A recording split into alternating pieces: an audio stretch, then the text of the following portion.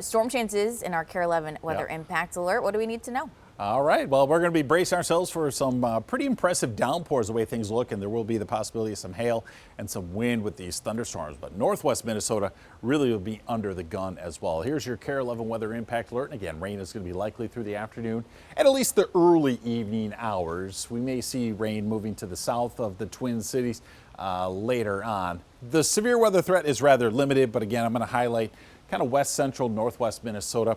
And I think primarily we're going to be concerned about, in addition to some impressive rainfall, will be the possibility of some hail and some pretty good wind with these thunderstorms. Right now, the area low pressure that's concerning, as well as that warm front out in west central, northwest Minnesota. This is the area we're going to be keeping a close eye on for the early afternoon hours. Overall, this complex slow to move through the area. It was slow to get here. It's going to continue to be slow. So it'll have an impact on our weather even tomorrow. But up around the Alexandria area, extending back to the southwest, that's where we've seen some of the stronger thunderstorms as of lately.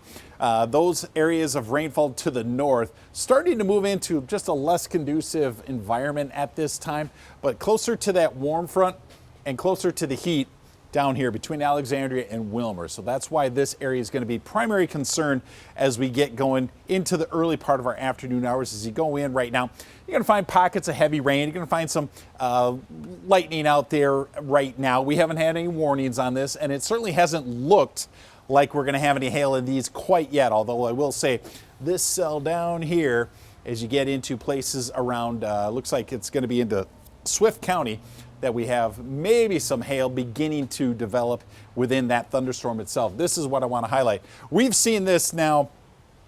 We've seen the threat level increase just a little bit, and we've seen it happen twice so far between this morning and this afternoon.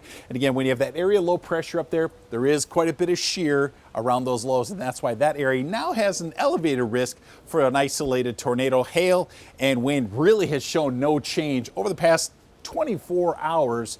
And so that's a good thing that we haven't seen any increase to that, but it is going to be this area up here with these isolated thunderstorms. And again, you're going to see them popping up into the middle of the afternoon, 3 o'clock there. Storms rolling down I-94, Wilmer, St. Cloud direction. As we get to 4, 5, 6 o'clock, now the Twin Cities under the gun. Still some impressive thunderstorms between Brainerd, Duluth, Grand Rapids, and it will extend back to the southwest. Again, these are going to have some hail and some pretty good wind to them.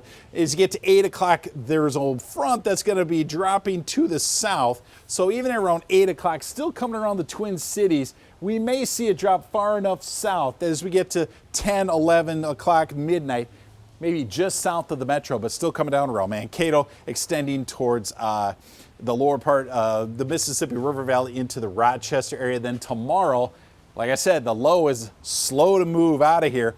We're going to continue to see that wraparound precipitation, so it will keep chances for some isolated rainfall in there into the afternoon hours. And then get ready.